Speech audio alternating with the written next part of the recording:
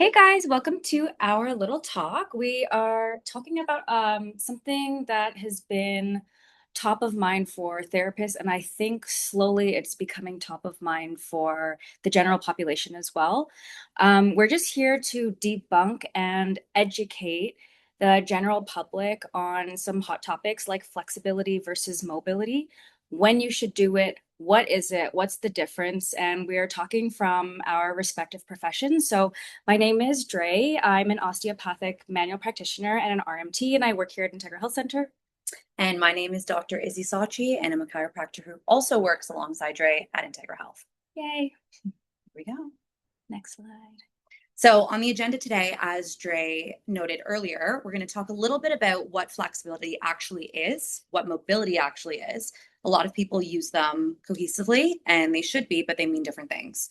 We're going to talk about what kind of stretching actually exists, how you might need one versus the other, and how to differentiate when, and how to improve both of them safely. So you'll hear a lot of people say, especially when we have patients coming into the clinic, I'm tight or I need to stretch more. But the thing is that stretching doesn't fix pain alone. It also doesn't contribute to the stiffness that you may feel or your poor movement patterns. So this is why a lot of people, they'll tell you you're stretching every day, but we don't feel relief. This is because there's multiple things included in this sort of thing. This me? Okay. I was going to give you a brief description just so you know what we're talking about. So, static stretching is something you see very commonly. You are basically going into a point of resistance. So, let's say like a lunge. You're going into that lunge, you're stretching that hip flexor, and you're holding it, holding it, holding it because you're like, I just want my hip flexors to be really, really nice and long. That is like you'll see gymnasts do it, yogis do it. Yeah. Dynamic stretching is something that you'll see people do when they're warming up before a sport or an activity. And it's really just like pumping blood through your muscles. And you're not holding these stretches. You're kind of like moving and warming up your body, and you're preparing your joints and your nervous system for action.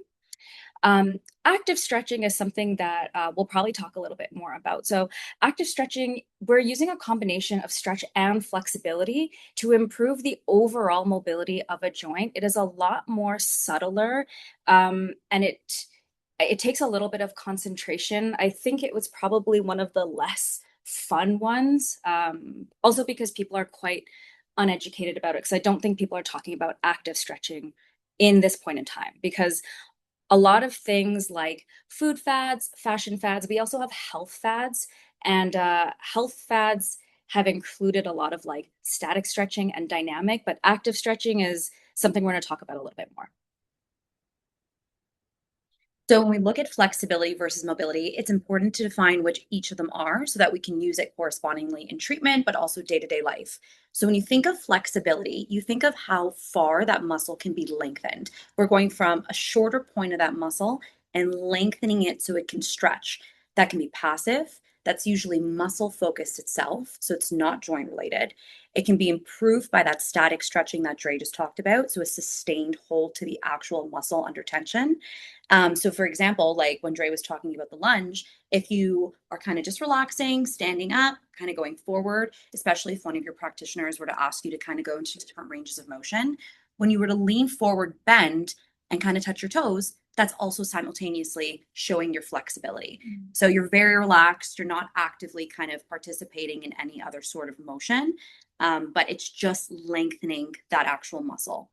But the difference is mobility. So this is now looking at the actual joint, how it moves actively, and how we can actually use control and strength in order to do that.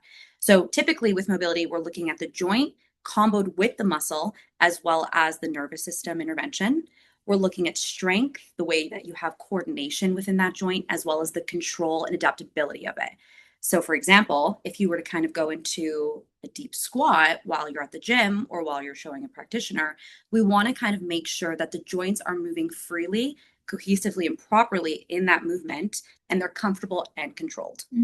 I'll also add that with passive stretching, people are also using gravity as a force to push down and sometimes force length.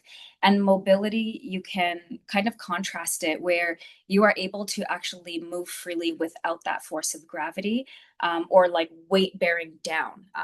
But you can actually, like, this is a very extreme example, but like lift your leg up into a split with your arm rather than like sitting in a split and just like waiting for gravity to do its thing. I do have a dance background, so some of my references might not make any sense, but hopefully you can at least visualize it. If you're Dre's patient, you get it. Yeah.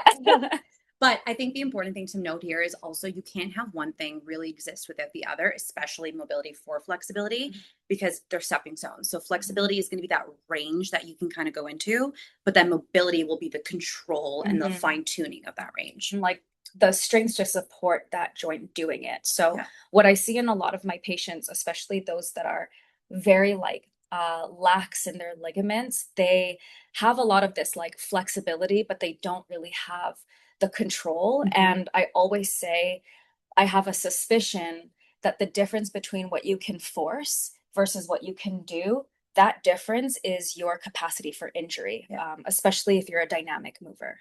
I think that's what's so important too for like dancers. I don't have a Yeah. crazy dance background, but when I think of like you and your patients and whatnot, I think of how flexible and how elegant it can look, right? Like you see a lot of patients, you hear hypermobile going around a lot, and they go into these crazy ranges. You're like, oh my God, you must be so flexible. But also that's comboed with the mobility and able to control those motions and those movements. Yes. Because anybody can like tear something and go into crazy range. Totally. But it's the ability to be able to like come back from it, do it safely, Yeah. kind of adapt. And have that equality between your muscle and your joint passivity, because you really need the strength to support the amount of flexibility. So people who are also like born genetically hypermobile should also not forfeit the strength. And I'm not also not talking about strength of these like long big muscles like these hamstrings and the quads and the lats. I'm also talking about these stabilizers and these like end ranges, because our joints are, especially our big ball and socket joints, they are a 360-degree sphere.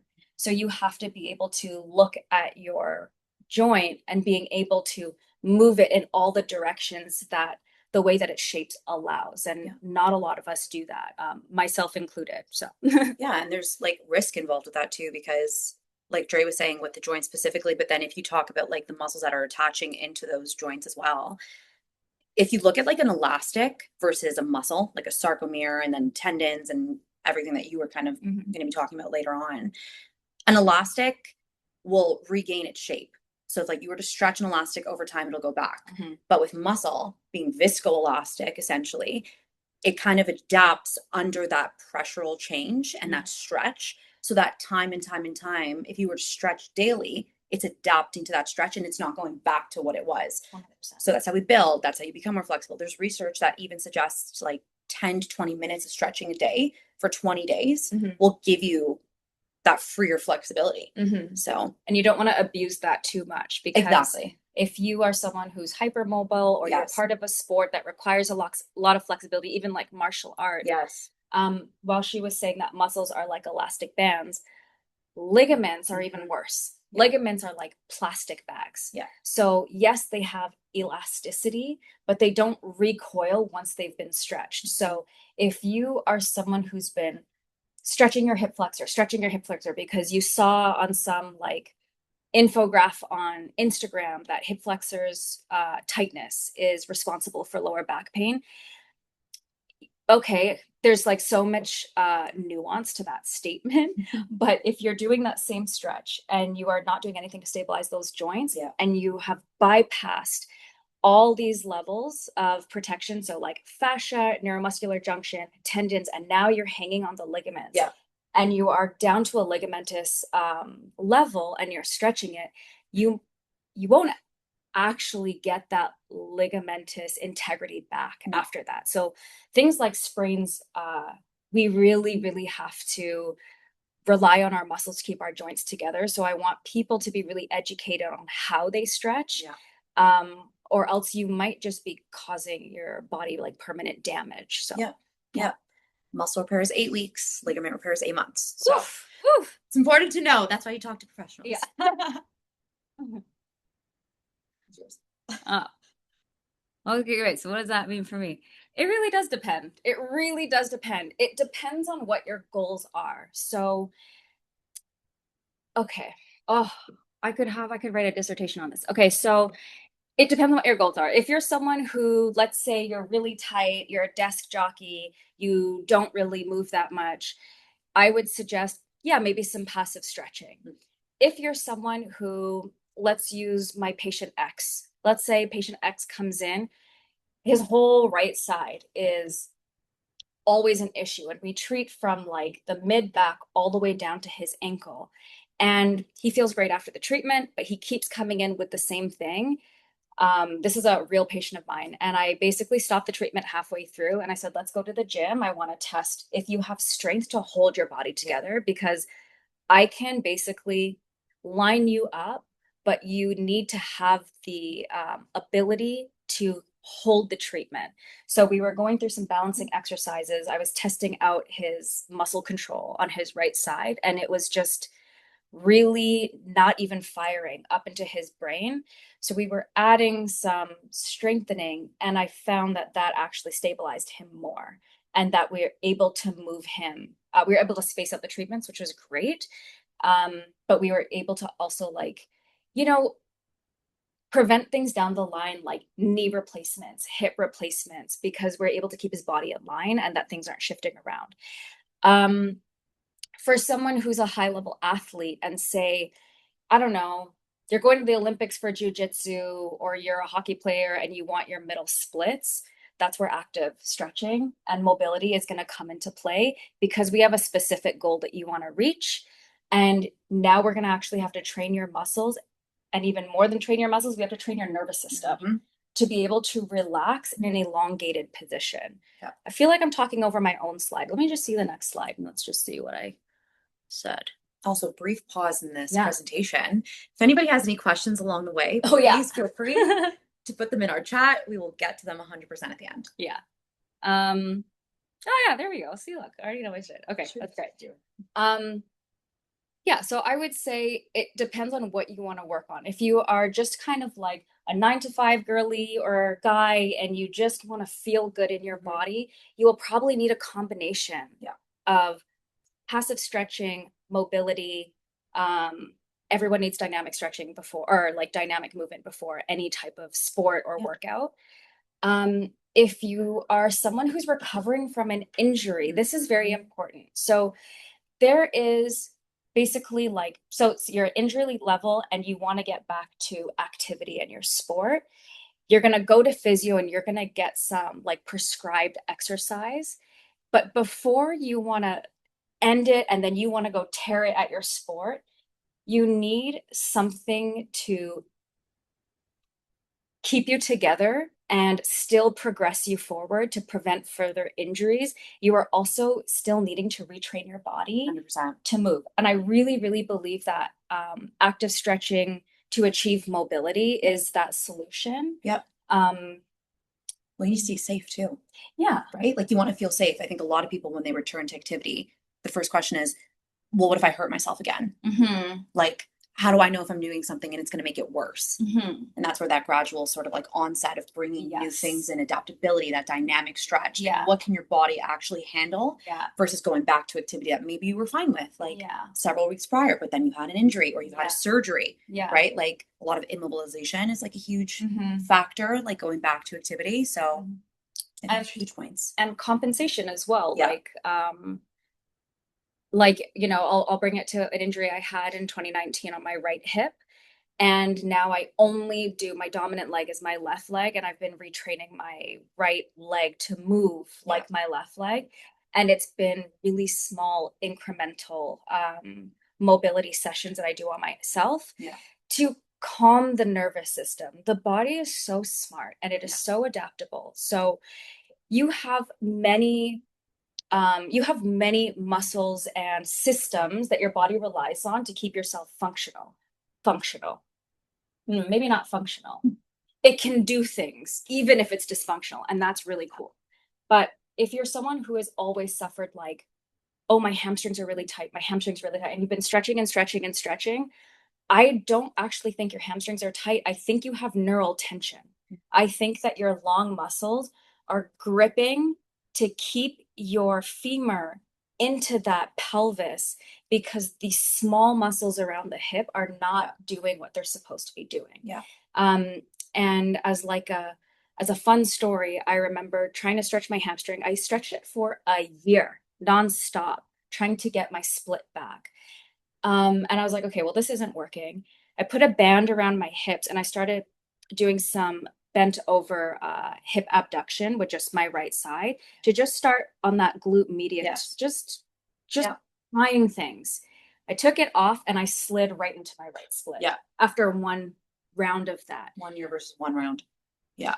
Yeah. I almost crashed out. Yeah. I was like, and it dawned on me because I really understand there's things through experience. And I was like, oh my gosh, this is not just my hamstring, it's my sciatic nerve. Yes, 100%. Embedded in my hamstring. Yeah. That is like fired up, Yeah. not letting me do something. But as soon as I incorporated these deep, stabilizing small muscles, that sciatic nerve just went, oh, okay. Yeah.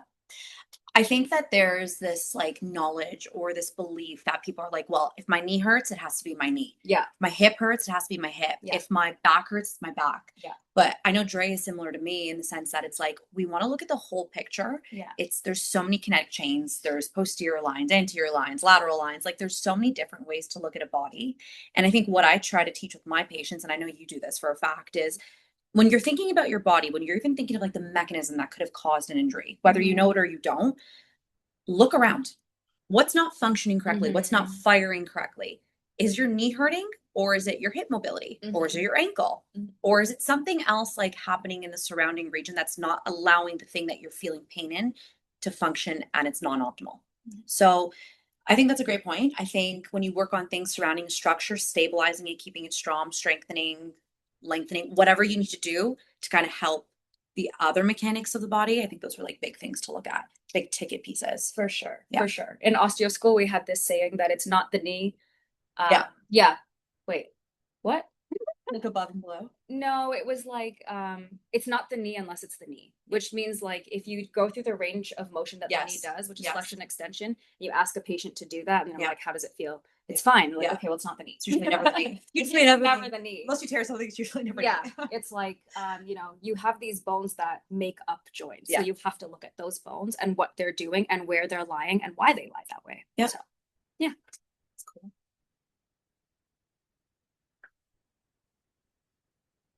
I feel like I talked about all of this, but I can just go over it with you guys. So let's just say that this is kind of a slide to just show when to do what. If you're like, that was a lot of information, here's a little graph to just kind of give you some clarity.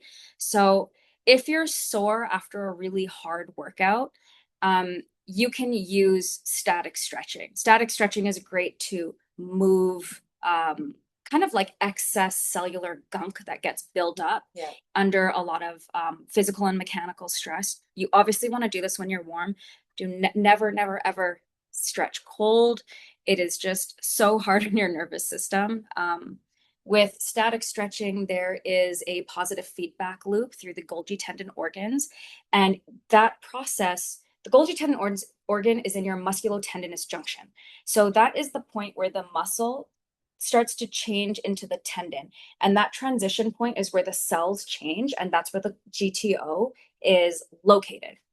When you physically stretch, so you are not approximating the bones, you're stretching them apart, that little organ gets stimulated and there's a message that goes up to the brain and it goes, oh my God, I'm under so much tension. And the brain goes, I got you. Yeah. I'm going to send a message back down and I'm going to allow the muscle to lengthen. Stretching is always for the brain. Your brain is the motherboard. You are not actually stretching.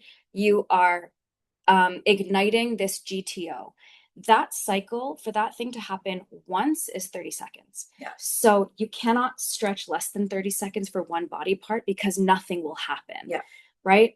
The longer you stretch, that cycle will repeat and you'll have more muscle length. You'll see dancers, gymnasts, figure skaters will kind of like abuse that cycle and sit in a pancake for like 5, 6, 7 minutes. Please don't do that. Yep. But something like 45 seconds to a minute is more than fine as long as you're able to stretch for that long. Yep. And you should be able to hold a stretch for that long. Yes. Anything more than, Comfortably, yeah. yes. If you're pushing it that hard and you can't, you're stretching too hard. Yeah. Um, Also, that feedback loop that Dre was talking about, just to kind of look at it from like a real life perspective, because a lot of people will be like, well, why do I have to hold it for that long? It takes a long time for signals to reach the brain. It input versus output, right? Like if you touch the stove, for example, with a hand, it's not a quick, just like, oh my God, immediate relief. That's why people burn their hand, because you're holding it for longer than you would expect. So because your brain needs to process the input from the temperature at the hand. So it's like the same sort of thing when it comes to muscle. You need to give it time to calm down, allow it to go into that stretch, and then send back that feedback loop to the brain. Yeah. So you're really, yeah. And that's like basically understanding the physiology might make you guys understand like why you need to do it and like have sympathy and empathy for yourselves that you need to actually maybe not stretch too hard to be able to actually hold these positions. We talked about warming up for an activity. I think it's pretty simple. You want to be like just nice dynamic stretching. This is to create heat and you want to have like a nice small layer of sweat before you like take a class or whatever. And usually classes will incorporate. Like they'll start with a warm up usually in the beginning. But if you're going to go to like a gym and you're just like freestyling on your own, please stretch dynamically. Warm up. You don't start your car and then just drive. Hey. Yeah. I'm all about analogies here. It helps my brain understand what's happening. I was gonna be like primer for me. You like that? Yeah, I was like, good. Yeah. Let it run a little bit. Yeah. Let it warm up. Get the heat going. Turn on the music. Something. Mobility, we've talked about this a lot. Like I said, I think it's the true missing piece of workouts. It can be done after dynamic stretching. I use it for me as resistance training because I only have so much time in my life. So I use this is my little workout. Unfortunately, with mobility, it's annoying because you don't get a big calorie burn and it doesn't necessarily make you like hot. But it will help you move better so you can do your deadlifts and your squats and your dance. And a lot of this is preventative too, right? Yeah. Like rather than actually fixing a problem, a lot of it is to prevent future problems. So yes, you might not understand like, oh, I can't believe that they're making me do this for 10 minutes. Yes. But it's harder to fix a problem than it is to prevent one. Yes, absolutely. You really want to use this to strengthen end ranges. So you can do this with a practitioner just to get some general education because you're just like, I don't know the ranges that my arm is supposed to do, or I don't know the ranges that my hip is supposed to do. And I don't know if what I'm doing is safe. Even just booking an appointment for education where we can go to the gym and we can test your range of joints and we can add a little bit of resistance. This will protect your joints over time as we age. Our spine starts going through changes at 30. I am no longer 30, so 28. I'm 14. Actually, I'm just kidding. But we need to really take this into consideration because being really strong doesn't matter if you're so tight that you have no range. What is the point of building all this muscle if you can't use it? Yeah. Mobility will actually allow you to use the work that you've put in. And it's essential for stabilizing our joints over time. So long muscles can relax and we have ease when we move, right? Yeah. I think also too, like what Dre was saying, when you go in to see a therapist, trying to be hyper flexible is like not necessarily what we want to see. Okay. A lot of people come and be like, okay, just give me another second. Like I can do this. Don't worry about it. Everybody's normal looks different. Not everybody's textbook situation. I'll see a lot of patients going into like hyperextension in their neck or their low back. That gives me the heebie-jeebies. I get stressed. I'm like, whoa, your core is like literally trembling right now. Like come back. Yeah. It doesn't mean the farther you go, the better you are, or the closer you are to perfection, or like what textbook is meant to be. We have to work within your physiological range. And not everybody looks different. We look at the activity that you do, lifestyle, everything. So everything's kind of contributing factors to who you are as a person. And that's why our plans are very customized, I feel like. Yeah. And if you're someone who has hypermobility and say you want to show us all this extension in your lower back and your neck, I can guarantee you have something locking somewhere in your spine that Yeah, you're blowing past, 100%. that your mid back is not moving, your arms are locked up, your hips are locked up, because there will always, that hypermobility is usually a compensation for Yes. something Perfect else word. in your body Yeah. that is just working harder because other parts of your body is like, Overused versus underused. absolutely. Yeah. Yeah. So how does this look in real life? We talked about us a lot, but now we're going to kind of translate it back to all of you and kind of show you some examples of when you can maybe see some of this stuff. So I put 3 different examples on the slide. So we have our desk workers, our gym goers, and our runners. These are just 3 of the different types of patients that we'll like typically see coming into the office. For our desk workers, you have them coming in. I don't know what's going on. I'm stretching my hips daily, but I'm still having this crazy low back stiffness. Okay, well then, how's your hip mobility? Are we having weak glutes that are not firing? Is it not a lack of flexibility? Like, what is going on? So that's our desk worker. Our gym goer, you see a lot of flexible shoulders, like Dre was kind of saying, right? But you keep getting shoulder pain. Issue. Maybe you have too much range and not enough stability in those actual larger ball and socket joints. Our runner, tight calves and hamstrings, always, always, always, without fail. This is the complaint that we see. But really, maybe we need to be looking at the ankle and hip mobility, not more stretching, not loosening things, but actually stabilizing. So the point of this is that you can still be hyperflexible or flexible to normal and still have pain. Just because you're doing things right and you're doing active stretch and dynamic stretch and static stretch, you can still have pain. We just need to figure out where it's coming from. So again, you can stretch that muscle, but if the joint is not moving well and it has poor mobility, the problem is obviously going to remain, right? You can stretch until you're blue in the face, but if you're not mobile, there's a problem. Yeah. The body can also feel tight because it doesn't feel safe or strong in that range. And that's again where we start talking about what is your physiological range for you. Not everybody looks the same. So we figure that out. Yep. We love this meme. My favorite meme. I think we talked about this. I'll say it one more time just so so everyone, um, really takes it in.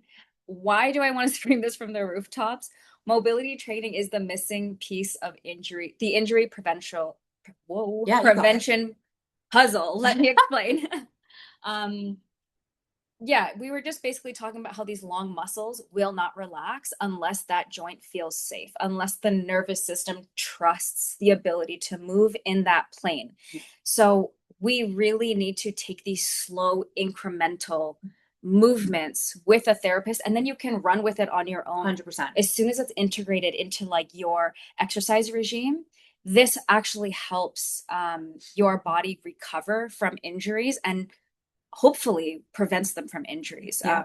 So we want to make sure that you're taking the time to, man, even the other day, I have no internal rotation. I just do this to just make sure I can feel my body challenging these end ranges that I typically don't use because at some point, like, to scratch my back at the back, I was like, I have no internal rotation of my shoulder.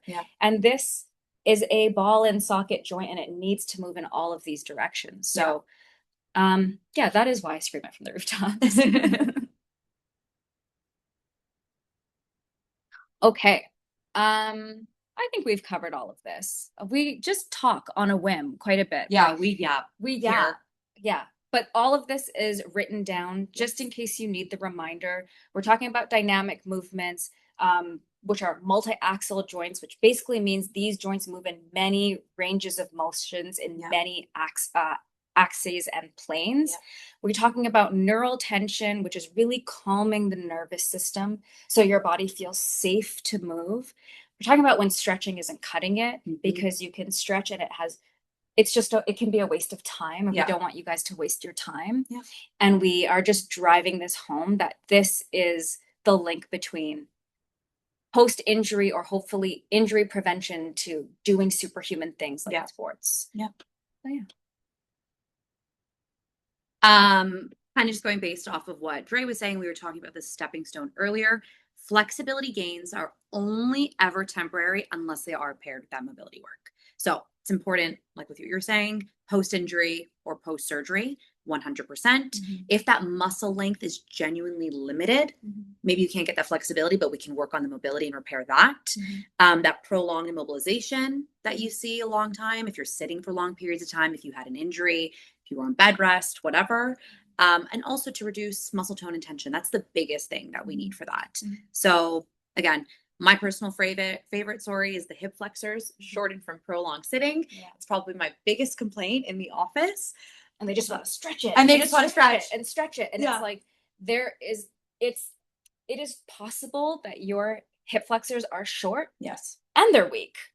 100%. You know what Usually I mean? it's a combined duo. Yeah. And I think that kind of like messes up people's heads, or how can that be? It just is like things can be in a shortened position. But if you think about like this sweater, sometimes that tension, like healthy tension, will keep activating the nervous system to pay attention here. But if something is always slack and always gathering and always just kind of in this sort of like slumped position, there is also no feedback coming between the brain and that body part. And that part of your hips can almost just turn off. And, you know, for anyone in here that's like an athlete, especially like runners, for people where you can predict movement, because you're running, so this plane front and back is sagittal plane. If you're running like this and you're always having hip issues, I'm always curious to see what's your coronal plane like? What is your abduction like? Because we need to also look at that, because your hips don't just move like this. They move like this, like all over the place. So you also need to challenge the way that you are not challenging it, but you're doing so much driving forward and back, forward and back. And now you're having lower back pain, herniations, all this other stuff where I'm like, we need to train the whole joint. I think one of the reasons we got into a profession like this is because we love the body so much and we love what it's capable of doing. You should always challenge yourself. Talking about living in one plane, like the world's 3D, you know, like live in different planes, understand, ask questions. I think my favorite part about my job is when my patients come in and they're just like, so I was here and, you know, I know that this wasn't working because I felt this here. And then I did this and it fixed this. And I'm like, awesome. I'm here for support at this point. Like, my favorite line to some of my patients is like, I love seeing you, but I don't want to. I want you to understand your body. And when they'll come in and they'll tell me, I'm like, great, my work's done. We're just here to support. And quite honestly, the hallmark of a really good therapist is we want you out of the clinic. We want you to have the education that you are able to come in for tune-ups because you know how the body works.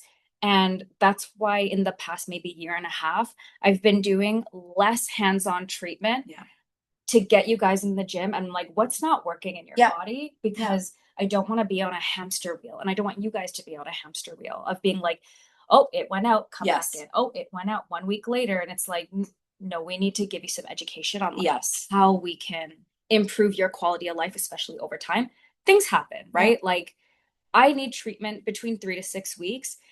And it's 3 weeks when I am not doing my mobility. And it's 6 weeks when I am doing my mobility. So, and you know, you're honest with yourself. You're like, I know why this is happening. You can attribute it. A 28-year-old body.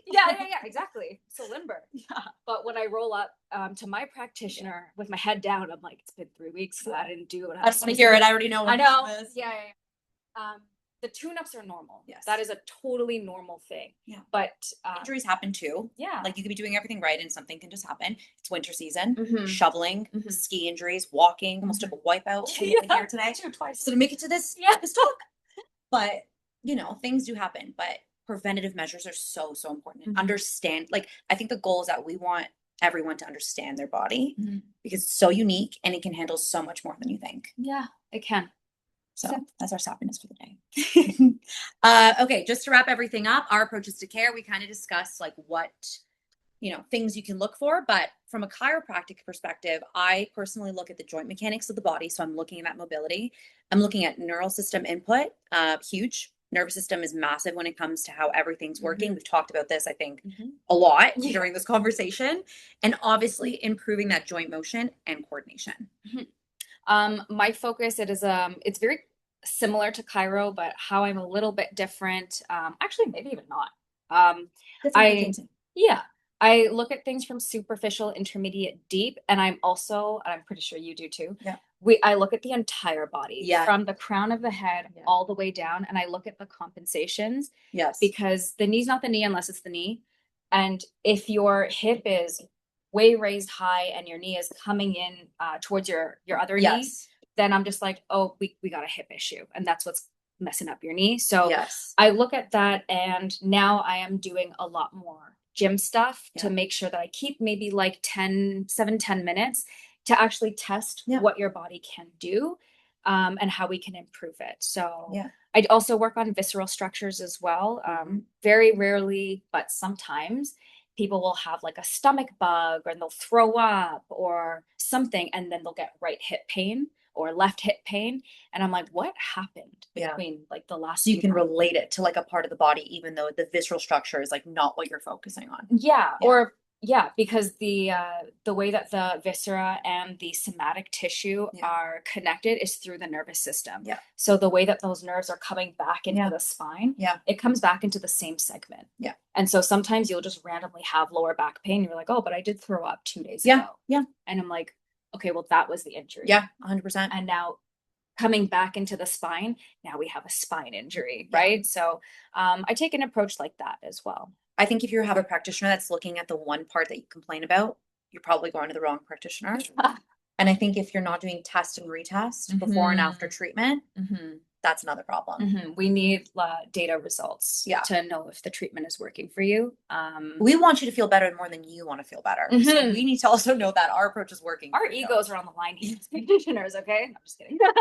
But seriously, make sure you're going to the right practitioner because there's a lot of things online. There's a lot of, like Dre was saying, a lot of stretches and stuff, but things could be making it worse. You want to make sure that you're trusting the right people with your body and you also understand it a little bit yourself. So you have that education. That's important. And one thing that also is really good about the clinic that we work at is we're able to co-manage very well. So if Izzy is seeing someone and maybe there's a missing link being like, oh, I'm not too sure. Yeah. Maybe something is going on the visceral level. Yeah. She can pass it over to me and I can finish it. Yeah. And same thing with me. If I'm having a hard time getting into the body or there's something that just won't give, I'm like, I think you need an adjustment. Yeah. Go see Izzy for this thing because obviously I'm going to send them to a professional because I can't do that. No, no, no, it's great. It's really, really good stuff. Yeah. Is that our last slide? I think this might be the last. Okay. So I think we want to leave everybody with just ask yourself kind of key term tickets here. Do I feel loose but unstable? Got to focus on mobility and strength. Do I feel restricted no matter what I do? You got to do targeted flexibility, manual therapy. That can be from any practitioner. Do I stretch daily? And this is a big one, but nothing changes. Likely mobility issue. But also, too, are we stretching correctly? And are we stretching long enough? Are we holding static for less than 30 seconds? Yeah. Real, genuine questions that you can ask yourself to help yourself understand your body way more. Yeah. If you guys have any questions, I feel like we talked so much. Yeah. What are we at in terms of time? Oh, we talked a lot. Sorry about that. Oh, my goodness. If you have any questions, please feel free to just like pop them into the chat. Or you can just kind of chomp on all of this information and feel free to email us individually as well. But yeah. Thanks everybody for joining. Thank you so much. Stay warm, stay safe, and we'll see you in the clinic soon. Bye. Bye.